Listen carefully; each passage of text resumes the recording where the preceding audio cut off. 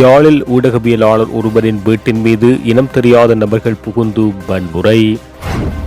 இந்திய உயர்ஸ்தானிகர் சுமந்திரன் எம்பி கொழும்பில் சந்திப்பு. இலங்கையில் 15 மிக முக்கிய சட்டங்கள் நிறைவேற்றம், நீதியமைச்சர் அறிவிப்பு.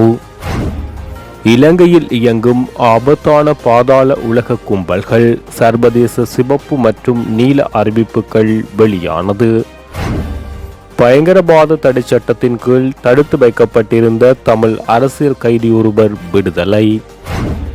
ஒற்றை ஆட்சிக்கு முடிவு கட்டுவதே தமிழரின் பிரச்சினைக்கு தீர்வு, சஜித்திடம் விக்கி சுட்டிக்காட்டு. வடக்கு கிழக்கு தமிழ் மக்கள் அனுரவை நம்பி ஏமாறக்கூடாது, சஜித் அணி எச்சரிக்கை. கல்விசாரா ஊழியர்களின் போராட்டம், லட்சக்கணக்கில் பாதிப்புக்குள்ளான மாணவர்கள். எனது ஆட்சியில் சகல பாடசாலை மாணவர்களுக்கும் இலவச உணவு, யாழில் சஜித் தெரிவிப்பு. தொடர்பான விரிவான செய்திகள். இலங்கைக்கான இந்திய உயர்ஸ்தானிகர் சந்தோஷ் ஜா மற்றும் தமிழரசு கட்சியின் பாராளுமன்ற உறுப்பினர் எம்.ஏ. சுமந்திரனுக்கும் இடையிலான சந்திப்பு நேற்றைய தினம் கொழும்பில் இடம்பெற்றது. குறித்த சந்திப்பில் இலங்கையின் தற்போதைய அரசியல் நிலைமை மற்றும் இலங்கையின் வடக்கு மற்றும் கிழக்கு மாகாணங்களின் அபிவிருத்தி உள்ளிட்ட பல்வேறு விடயங்கள் தொடர்பில் கலந்துரையாடப்பட்டதாக தெரிவிக்கப்பட்டுள்ளது. யாழ்ப்பாணம் அச்சிவேலியில் எமது ஊடக நிறுவன ஊடகவியலாளரின் வீட்டின் மீது இனம் தெரியாத நபர்கள் புகுந்து உடைமைகளுக்கு தீ வைத்து வன்முறையில் ஈடுபட்டுள்ளனர். குறித்த தாக்குதல் சம்பவம் இன்று அதிகாலை 12:15 மணியளவில் அச்சுவேலி பத்தமேனி காளிகோவில் பகுதியில் உள்ள எமது செய்தியாளர் தம்பித்துரை பிரதீபனின் வீட்டின் மீது நடாத்தப்பட்டுள்ளது. 2 மோட்டார் சைக்கிள்களில் வந்த 5 பேர் கொண்ட வன்முறை கும்பலே குறித்த வன்முறையில் ஈடுபட்டுள்ளதாக தெரிய வந்துள்ளது. இதன்போது வீட்டுக்கு வெளியே இருந்த மோட்டார் சைக்கிள் மற்றும் முச்சக்கர வண்டி உள்ளிட்ட வாகனங்கள் மற்றும் சொத்துக்கள் ஆயுதங்களால் தாக்கப்பட்டதுடன் தீ வைத்து கொளுத்தப்பட்டது. திருநங்கைகளின் உணர்வுகளை தவறாக சித்தரிக்காதே என அச்சடிக்கப்பட்ட துண்டு பிரசுரங்கள் தாக்குதல் நடாத்தப்பட்டுள்ள வீட்டில் போடப்பட்டுள்ளது. தாக்குதலுக்கான காரணம் தெரிய வராத நிலையில் சம்பவம் தொடர்பாக அச்சுவேலி போலீசார் விசாரணைகளை ஆரம்பித்துள்ளனர்.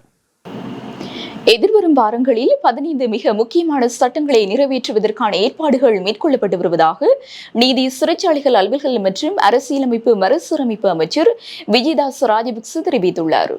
ஜனாதிபதி ஊடக மையத்தில் நடைபெற்ற ஊடகவியலாளர் சந்திப்பில் கருத்துரைக்கும் போது அவர் இதனை தெரிவித்துள்ளார். அத்தோடு கடந்த 18 மாதங்களில் சுமார் 75 சட்டமூலங்கள் பாராளுமன்றத்தில் சமர்ப்பிக்கப்பட்டு நிறைவேற்றப்பட்டு நாட்டுக்கு தேவையான அடிப்படை மாற்றங்களை செய்ய முடிந்துள்ளதாக அமைச்சர் தெரிவித்துள்ளார். அரசு துறையிலும் தனியார் துறையிலும் லஞ்சம், மோசடி, ஊழல், குமிஸ் எடுத்தல் போன்றவற்றை தடுக்கும் வகையில் ஊழல் தடுப்புச் சட்டம் அரசாங்கத்தால் நிறைவேற்றப்பட்டுள்ளதாக அவர் குறிப்பிட்டுள்ளார்.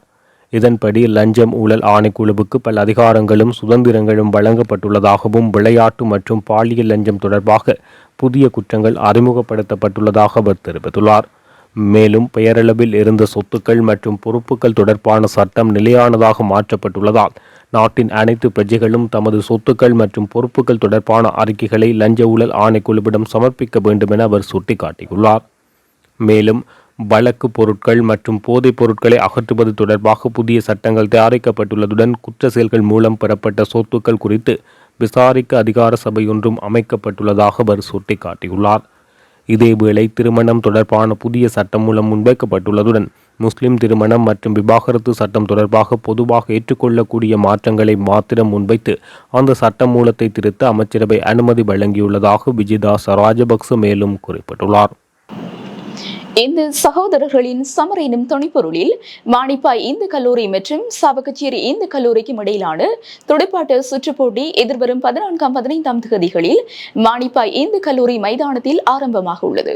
இந்த நிலையில் நகரில் இருந்து பட்டினங்கள் நோக்கி நகரும் கிரிக்கெட் பாரம்பரியம் என இரு கல்லூரியின் அதிபர்களும் வியாஸ்கான் போல சர்வதேச வீரர்களை நகரத்துக்கு வெளியே இருந்து எடுத்துச் செல்ல இது அடித்தளமாக அமையும் என இரு அணி தலைவர்களும் தெரிவித்துள்ளனர். யாழ் ஊடக மையத்தில் துடுப்பாட்ட சமர் குறித்து ஊடகங்களுக்கு அறிமுக சந்திப்பினை ஏற்பாடு செய்து கருத்து தெரிவிக்கும் போது அவர்கள் இதனை தெரிவித்தனர். நாடளாவிய ரீதியில் இங்கும் 96 ஒழுங்கமைக்கப்பட்ட பாதாள உலக கும்பலைச் சேர்ந்தவர்கள் அடையாளம் காணப்பட்டுள்ளனர். இவர்கள் உட்பட 354 உதவியாளர்களையும் உடனடியாக கைது செய்யுமாறு யுக்திய நடவடிக்கையில் ஈடுபட்டுள்ள 30 விசேட போலீஸ் குழுக்களுக்கு போலீஸ் மா அதிபர் உத்தரவிட்டுள்ளார். புலனாய்வு அமைப்புகள் மற்றும் புலனாய்வு குழுக்களால் அடையாளம் காணப்பட்ட இந்த கும்பலை சேர்ந்தவர்கள் என கூறப்படும் 1604 பேரில் 361 பேர் தற்போது சிறையில் உள்ளதாகவும் 153 பேர் வெளிநாடுகளுக்கு தப்பிச் சென்றுள்ளதாகவும் தெரிய வந்துள்ளது. இந்த 96 பாதாள உலக கும்பல்களில் 101 பேர் பாதாள உலக குழுக்களுக்கு இடையிலான மோதல்களாலும் போலீஸ் துப்பாக்கி சூடாலும் உயிரிழந்துள்ளனர்.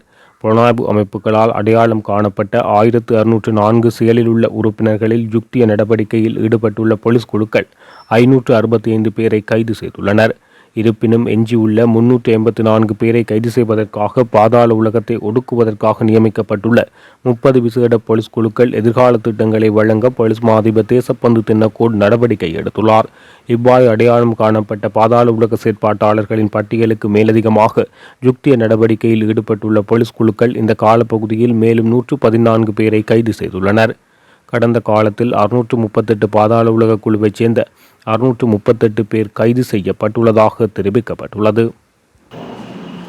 தமிழீழ விடுதலை புலிகள் அமைப்பின் உறுப்பினர் ஒருவருக்கு உதவினார் என்று தெரிவித்து பயங்கரவாத தடை சட்டத்தின் கீழ் குற்றச்சாட்டுகளை எதிர்நோக்கியிருந்து கந்தையா யோகநாதன் விடுதலை செய்யப்பட்டுள்ளார்.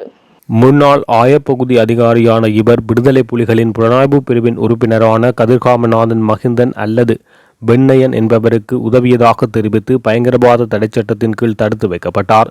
இந்த நிலையில் அவருக்கு எதிராக சட்டமா அதிபர் வழக்கு தாக்கல் செய்திருந்தார். எனினும் இந்த வழக்கிலிருந்து முன்னாள் ஆயப்பகுதி அதிகாரி கந்தையா ஜோகநாதனை விடுதலை செய்து கொழும்பு மேல் நீதிமன்ற நீதிபதி நவரத்ன மாரசிங்க நேற்று உத்தரவு பிறப்பித்துள்ளார். அரசமைப்பின் 13வது திருத்தச் சட்டத்தை நடைமுறைப்படுத்துவேன் என கூறும் நீங்கள் அதில் எவ்வாறான அதிகாரங்களை தரப்போகின்றீர்கள் என்று சஜித் பிரேமதாசவிடம் கேட்டுள்ள தமிழ் மக்கள் கூட்டணியின் தலைவரும் யாழ்ப்பாண மாவட்ட நாடாளுமன்ற உறுப்பினருமான CV விக்னேஸ்வரன் காணி போலீஸ் அதிகாரங்கள் சம்பந்தமாக முழுமையான அறிக்கையை வெளிப்படுத்த வேண்டும் என்று கோரியுள்ளார். போலீஸ் அதிகாரங்கள் சம்பந்தமாக முழுமையான அறிக்கையை வெளிப்படுத்த வேண்டும் எனவும் கூறியுள்ளார். யாழ்ப்பாணத்துக்கு விஜயம் செய்துள்ள ஐக்கிய மக்கள் சக்தியின் தலைவரும் எதிர்க்கட்சித் தலைவருமான சயித் பிரேமதாசா விக்னேஸ்வரன் எம்பியை நேற்று சந்தித்து கலந்துரையாடினார். யாழ் நல்லூருக்கு அருகாமையில் உள்ள விக்னேஸ்வரனின் இல்லத்தில் நடைபெற்ற இந்த சந்திப்பின் பின்னர் ஊடகங்களுக்கு கருத்து தெரிவிக்கும் போது அவர் இதனை தெரிவித்துள்ளார்.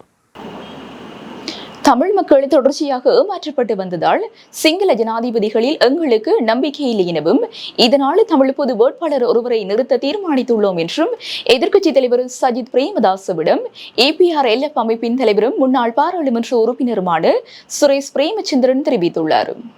யாழ்ப்பாணத்துக்கு விஜயம் செய்துள்ள ஐக்கிய மக்கள் சக்தியின் தலைவரும் எதிர்க்கட்சித் தலைவருமான சயித் பிரேமதாசா EPRLF கட்சியினரை நேற்று சந்தித்து கலந்துரையாடினார். இந்த சந்திப்பின் பின்னர் ஊடகங்களுக்கு கருத்து வெளியிடும் போது சுரேஷ் பிரேமச்சந்திரன் இதனை தெரிவித்துள்ளார்.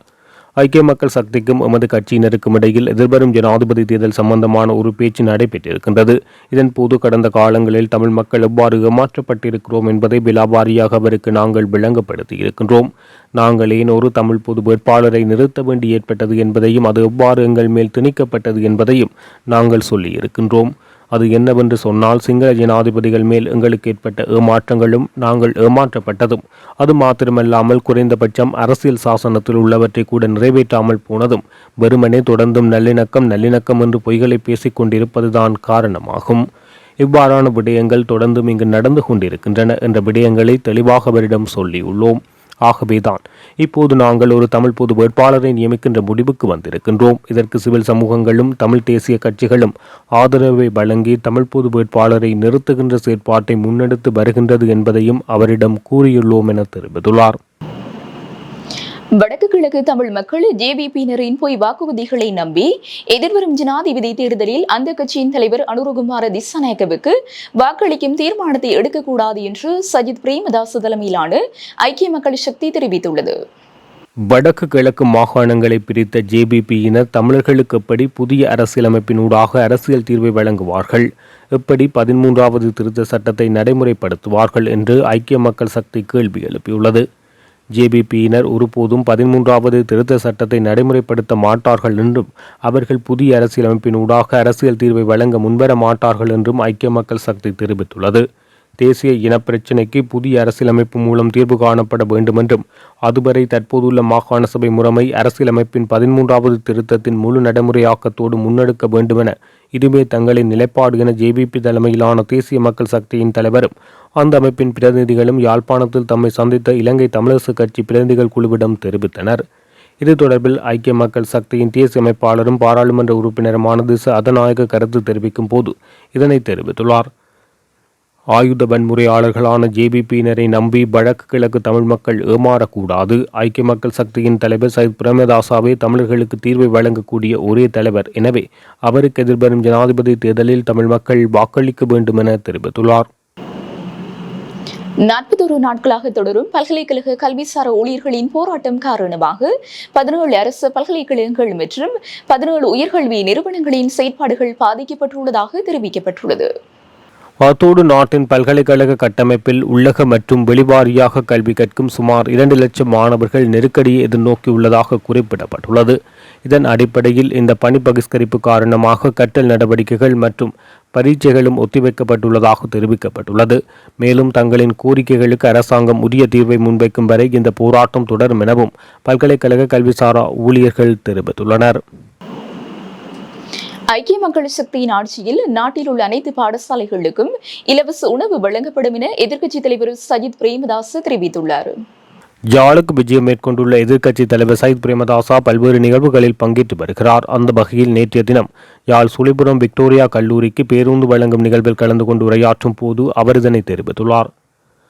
சொலிபுரம் விக்டோரியா கல்லூரியில் 1200 மாணவர்கள் கல்வி கற்கின்றீர்கள். 3 மாணவர்கள் மருத்துவத்துக்கும், 2 மாணவர்கள் பொறியியல் பீடத்துக்கும், 5 மாணவர்கள் முகாமைத்துவ பீடத்துக்கும் தெரிவாகியுள்ளனர். விக்டோரியா கல்லூரிக்கான பேருந்து நான் வழங்கிய 88வது பேருந்தாக உள்ளது. இலவச கல்வியை வளர்ச்சியடைய செய்ய இது முக்கியமான காரணமாக உள்ளது. சிலர் எனது இந்த திட்டத்தை கடுமையாக எதிர்க்கிறார்கள். ஏனென்றால் அவர்களால் இதை செயற்படுத்த முடியாது. இலங்கை வரலாற்றில் எதிர்க்கட்சியால் நாடு அபிவிருத்தி செய்யப்பட்டமை எமது காலத்திலேயாகும். அதேவேளை எனது ஆட்சியில் நாட்டில் உள்ள 10,906 பாடசாலைகளுக்கும் இலவச உணவை வழங்குவேன் என சையத் பிரேமதாசா தெரிவித்துள்ளார். யாழ்ப்பாணத்திற்கு உத்தியபூர்வ விஜயம் மேற்கொண்டுள்ள எதிர்க்கட்சித் தலைவர் சஜித் பிரேமதாஸ் இன்றைய தினம் யாழ்ப்பாண ஊடக மையத்திற்கு விஜயம் செய்துள்ளார். We are not neoliberal. We don't believe in trickle down economics. අපි විශ්වාස කරන්නේ wealth හදන්න, සම්පත් උත්පාදනය කරන්නට. Capitalism with a human face. හදන wealth එක සමාජයේ බෙදී යන්න. ඒකට කියනවා equitable redistribution of income and resources. ඒකට අපි සමාජ ප්‍රජාතන්ත්‍රවාදය ගෙනියනවා. ඉතින් අපේ තියෙන්නේ මැදමාවත.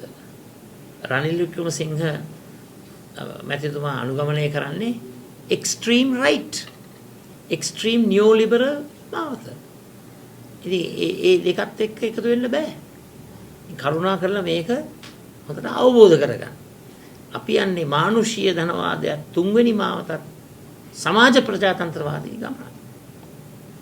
රනිල් වික්‍රමසිංහ මැතිතුමා කියන්නේ නෑ සල්ලිකාරයව පෝසත් කරමු, සල්ලිකාරයවට ශක්ති කරමු. එතකොට trickle down ඔක්කොම සහන ගලාගෙන එයි කියලා පහළ. We don't believe in that ideology. ඒක එක හේතුවක්. අනිත් එක මම කොහොමද මේ රාජපක්ෂගේ චීෆ් සිකියුරිටි ඔෆිසර්ත් එක්ක ඩීල් දාන්නේ? අපි දැන් මේ රට බංකොලොත් කරේ රාජපක්ෂ. ඒකට විරුද්ධව අපි සුප්‍රීම කෝට් එකකට ගියා. සුප්‍රීම කෝට් එකට ගිහිල්ලා 4-1 fundamental rights violation decision එකකුත් හම්බ වෙලා තියෙනවා. ඉතින් ඒ ඔක්කොම කරලා how can we go and do political deals with the main protector of Rajapaksa? இத்துடன் ஜெஃப்னக்லரியின் மதிய நேர பிரதான செய்திகள் நிறைவடைகின்றன. மேலதிக செய்திகளை அறிந்து கொள்ள www.jeffnaclery.lk என்ற இணையதளத்தின் ஊடாக இணைந்து கொள்ளுங்கள்.